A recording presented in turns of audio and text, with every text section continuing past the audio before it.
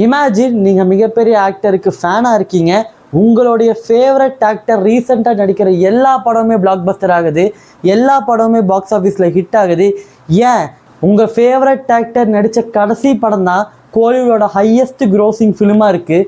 இப்படி ஃபேன்ஸ் எல்லாம் peak celebration இருக்கும்போது உங்கள் ஃபேவரட் ஆக்டர் நான் பாலிட்டிக்ஸ்குள்ளே போகிறேன்ப்பா, எனக்கு இந்த ஆக்டிங்கே தேவையில்லை, எனக்கு இந்த சினிமாவே தேவையில்லைன்னு ஒரு அனௌன்ஸ்மெண்ட்டை விட்டா is arguably the biggest star in Tamil Nadu, but that doesn't necessarily always translate into political success.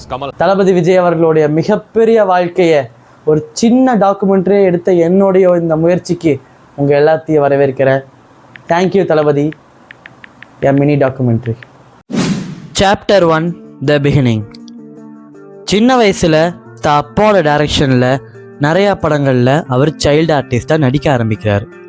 வெற்றி, குடும்பம், நான் சிகப்பு மனிதன், வசந்தராகம் சொல்லிட்டு நிறையா படங்களில் சைல்டு ஆர்டிஸ்டாக இன்ட்ரடியூஸ் ஆகிறாரு.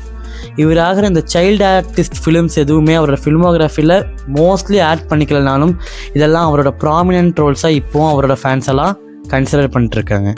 ஸ்கூல் முடிச்சுட்டு அடுத்து காலேஜ் போகிற சமயத்தில் காலேஜோட மிட் பகுதியில் எனக்கு இந்த படிப்பெல்லாம் வரல, எனக்கு சினிமா மேலே தான் இன்ட்ரெஸ்ட் இருக்குதுன்னு சொல்லிட்டு முதல்ல அருணாச்சலம் படத்தில் வரக்கூடிய ஒரு ப்ராமினன்ட் சீனை தான் அப்பா கிட்ட நடித்து கட்டுறாரு.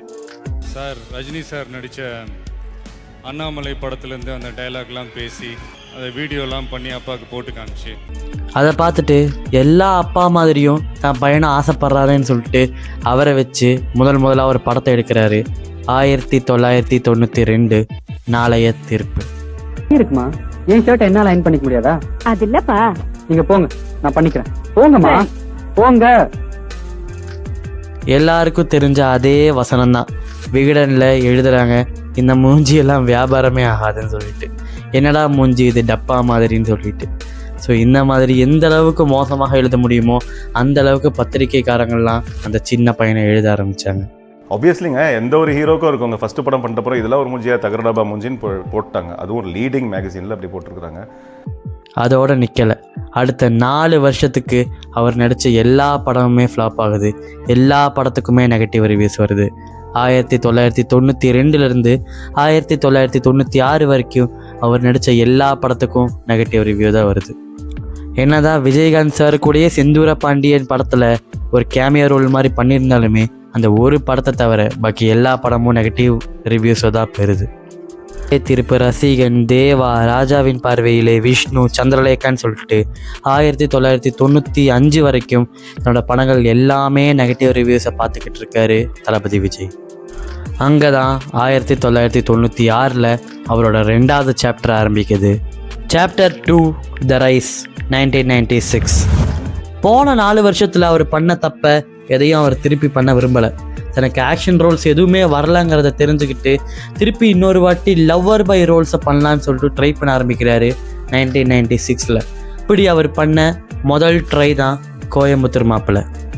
ஒரு தேதி பார்த்தா தென்றல் வீசும், ஒரு கேள்வி கேட்டால் முல்லை பேசும். அதுக்கப்புறம் அவர் நடித்த பூவே உனக்காக, மாண்புமிகு மாணவன், லவ் டுடே, நேருக்கு நேரு, காதலுக்கு மரியாதை, பிரியமுடன், துல்லாத மனமும் துள்ளும், மின்சார கண்ணா, குஷி, பிரியமானவளே, ஃப்ரெண்ட்ஸ், ஷாஜகான், யூத்துன்னு அவர் நடித்த ஒவ்வொரு லவ்வர் பாய் ஃபிலிம்ஸும் மிகப்பெரிய கிளாசிக் ஹிட்ஸ் ஆகுது.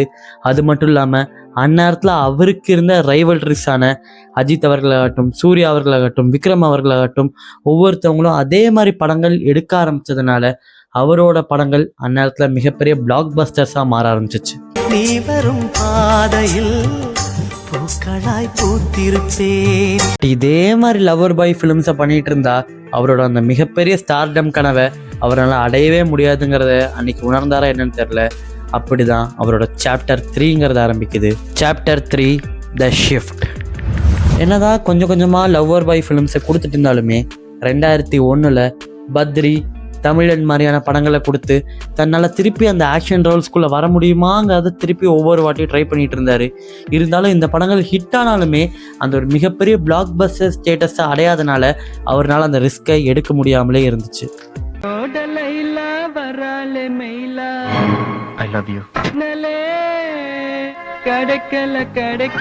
எல்லா ரிஸ்கையும் எல்லா பயத்தையும் தூக்கி எறிஞ்சிட்டு 2003 திருமலைன்னு சொல்லிட்டு ஒரு படத்தை பண்ணுறாரு.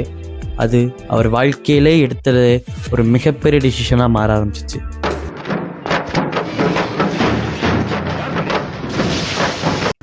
அவரோட ஒவ்வொரு ஸ்டைலும், ஒவ்வொரு ஆக்ஷனும், ஒவ்வொரு மேனரிசமும் அன்னைக்கு பட்டி தொட்டியெல்லாம் பறக்க விட்டுட்டு இருந்துச்சு. இன்றைக்குமே பல பேர்த்தோட பிளேலிஸ்ட்டில் திருமலை பாடல்கள் இல்லாமல் இருக்கிறதே கிடையாது. வித்யாசாகரோட ஹிட்ஸும் தளபதியோட மேனரிசமும் சேர்ந்து அந்த படத்தை எங்கேயோ கூட்டிகிட்டு போயிடுச்சு. ஏன் 2003 2026 வரைக்கும் அவரோட கெரியர் இவ்வளோ பெரிய ஒரு சக்ஸஸ் அடையிறதுக்கு ஒரு முக்கியமான ரீசனாக அமைஞ்சதே அந்த திருமலை படம் தான். இன்றைக்கி தான் அவரோட பீக்கை பற்றி எல்லாருமே பேசிகிட்டு இருக்காங்க. ஆனால் அந்த பீக்குக்கெல்லாம் முதல்ல அடித்தளம் போட்டதே 2004 தான். வாழ்க்கை ஒரு வட்டண்டா. Chapter 4 the peak 2004. 2004 தெலுங்குல மிகப்பெரிய ஹிட்டான ஒக்கடு அப்படிங்கிற ஒரு படத்தை தமிழில் ரீமேக் பண்ண தளபதி முடிவு பண்ணுறாரு. அண்ட் அந்த படம் பேர் தான்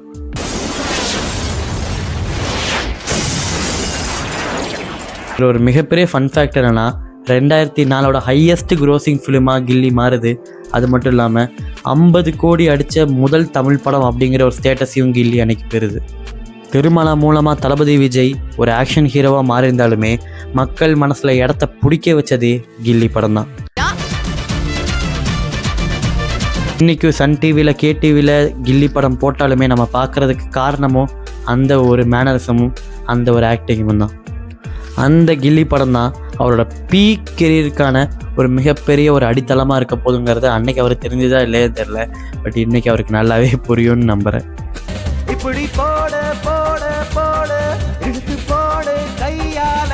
கில்லியோடு நிறுத்தாமல் அதுக்கப்புறம் அவர் நடித்த மதுரை, திருப்பாச்சி, சிவகாசி, ஆதி, அழகிய தமிழ் மகன், மெயினாக போக்கிரி, இப்படி அவர் நடித்த எல்லா படமும் மிகப்பெரிய பிளாக் பஸ்டர்ஸாக மாற ஆரம்பிக்குது. மிகப்பெரிய கிளாசிக் ஹிட்ஸாக மாற ஆரம்பிக்குது. அவரோட பீக்குக்கு முதல் அடித்தளம் கில்லியாக இருந்தாலுமே அவரோட பீக்கை எல்லாத்துக்கிட்டையும் காமிச்சது எப்போனா 2005 கிளாஷ், சந்திரமுகி விசஸ் சச்சின். அப்பயும் நீங்கள் ஒரு ரிஸ்க் எடுத்தீங்க, சந்திரமுகி கூட ரிலீஸ் பண்ணீங்க படம், அதுவும் ஒரு பெரிய ஹிட்ன்ற மாதிரி நீங்கள் நிறைய இடங்களில் வந்து பதிவு பண்ணியிருந்திருக்கீங்க.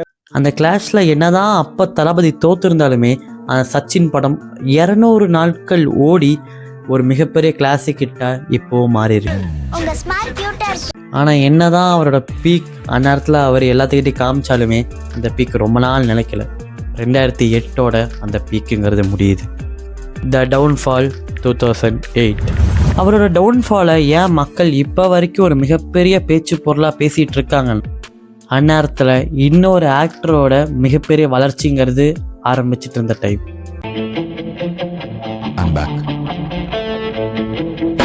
அவர் நடித்த பில்லா, மங்காத்தா மாதிரியான படங்கள்லாம் மிகப்பெரிய ஹிட் ஆகிட்டு இருக்கிற நேரத்தில் அவருடைய டைரக்ட் ரைவல்ரியாக கருதப்பட்ட தளபதியோட படம் ஒவ்வொன்றா ஃப்ளாப் ஆகிட்டு இருந்துச்சு.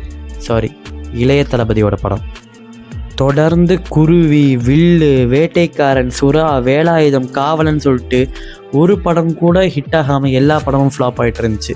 இந்த லிஸ்ட்லேயே ஓரளவுக்கு ஹிட்டான படம்னா அது வேட்டைக்காரன் மட்டும்தான்.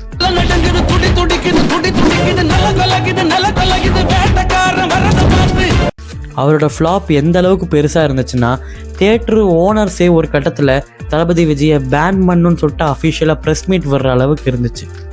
5 படத்துக்கு அப்புறம் இது 50வது படம், இந்தியாவில் கண்டிப்பாக ஜெயித்து விடுவார் என்ற ஒரு நம்பிக்கையில் கட்டிவிட்டோம். அவ்வளோதான், இந்த டவுன்ஃபால்னால திருப்பி தளபதி எந்திரிச்சே வரமாட்டார், அவ்வளோதான், அதோட இளைய தளபதியோட சாப்டரே க்ளோஸ் அப்படின்னு சொல்லிட்டு நினச்சிட்டு இருந்தாங்க. 2012 வர வரைக்கும் சாமி முன்னாடி மட்டும்தான் சாந்தமா பேசுவேன், சாக்கடை முன்னாடி இல்லை. மொத்த டாக்குமெண்ட்ரி எடுத்துகிட்டு போய் எடிட் டேபிளில் உட்காந்ததே தெரியுது. டாக்குமெண்ட்ரி மொத்தமாக 20 நிமிஷத்துக்கு மேலே வருதுன்னு சொல்லிட்டு. ஸோ 20 நிமிஷத்துக்கு மேலே மக்கள் பார்ப்பாங்களாங்கிற ஒரு சந்தேகத்தின் பெயரில் 20 நிமிஷத்துக்கு ஃபுல் வீடியோவை விடாமல் 2 எபிசோட விடலாங்கிற ஒரு முடிவில் இறங்கியிருக்கோம். ஸோ இத்தனை நேரம் நீங்கள் எபிசோட் 1 பார்த்து மகிழ்ந்திருப்பீங்க நாங்கள் நம்புகிறோம். ஸோ எபிசோட் 2 அப்படிங்கிறது ஜனநாயகம் ரிலீஸ் கழித்து ஒரு 2 நாள் கழித்து வருங்கிறதையும் நாங்கள் அறிவிச்சுக்கிறோம். ஸோ எபிசோடு 1க்கு உங்களுக்கு பிடிச்சிருந்தா மறக்காமல் உங்கள் ஃப்ரெண்ட்ஸ் அண்ட் ஃபேமிலிக்கு ஷேர் பண்ணி விட்டு நம்ம சேனலுக்கு சப்ஸ்கிரைப் பண்ணி வச்சுக்கோங்க. அண்ட் ஜனநாயகன் படத்தை கண்டிப்பாக என்ஜாய் பண்ணுங்கள். நம்ம சேனலில் அதுக்கான ரிவ்யூவும் வரும். அது மட்டும் இல்லாமல் தளபதி விஜயோட டாக்குமெண்ட்ரி த எண்ட் அப்படிங்கிறதும் வரதா போகுது. ஸோ நீங்கள் மக்களாகி நீங்கள் கண்டிப்பாக சப்போர்ட் பண்ணுவீங்க நாங்கள் நம்புகிறோம். ஸோ மீண்டும் சந்திக்கும் வரை கான்ஃபிடென்ட்டா இருங்க சார், நல்லதே நடக்கும் சார், வெற்றி நிச்சயம் சார். மீண்டும் சந்திக்கும் வரை நன்றி, வணக்கங்க சார்.